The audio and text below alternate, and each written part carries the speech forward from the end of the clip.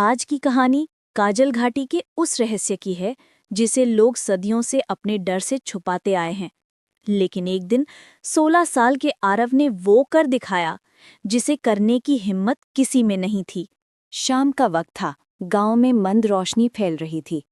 आरव अपनी दादी के साथ छोटे से घर में रहता था, एक ऐसे जंगल के पास जिसे लोग काजल घाटी कहते थे।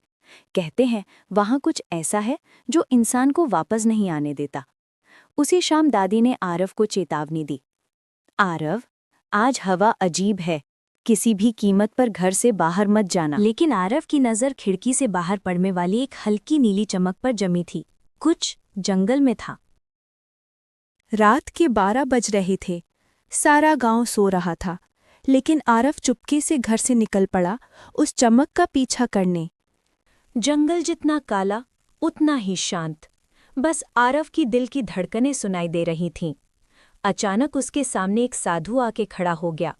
डर मत बच्चा, अगर डर जाएगा तो आगे का रास्ता खुद ब खुद बंद हो जाएगा। आरव के सामने खड़ा था एक बुजुर्ग आदमी, सफेद दाढ़ी और आंखों में अनोखी चमक। मैं इस घाटी का रक्षक हूं। जिस रोशनी का तू पीछा कर रहा है वह किसी और को नहीं दिखती, सिर्फ उन लोगों को जिनमें सच्चाई देखने की ताकत हो। और आरव के लिए यही तो सबूत था कि आज की रात सामान्य नहीं। बाबा आरव को जंगल के बीचों बीच एक पुरानी जगह लेकर गए। वहां एक पत्थर का कुआं था जिसके अंदर से वही नीली रोशनी निकल रही थी। ये कुआं सच्चाई दिखाता है बेटा, लेकिन साथ ही डर भी।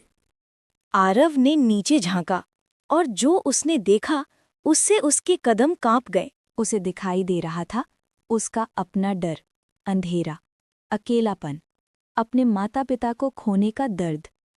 कुएं से आवाज आई, बच्चे, यहां से चला जा, वरना घर वापस नहीं जा सकेगा।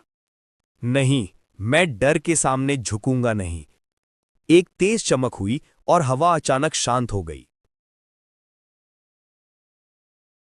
तूने अपने डर को जीत लिया और काजल घाटी का श्राप टूट गया। आरव ने राहत की सांस ली, लेकिन एक सवाल बाकी था। अब सच में कौन है? मैं सिर्फ रक्षक हूं और अब ये जिम्मेदारी तेरी है। अगले ही पल रोशनी के साथ बाबा गायब हो गए। सुबह की पहली किरणों में आरव अपने घर पहुंचा। कहाँ था तू बेटा? मैं मरी गई थी चिंता में। दादी, मैं डर से लड़ने गया था, अब मैं नहीं डरूंगा। पहली बार आरव खुद को बड़ा महसूस कर रहा था।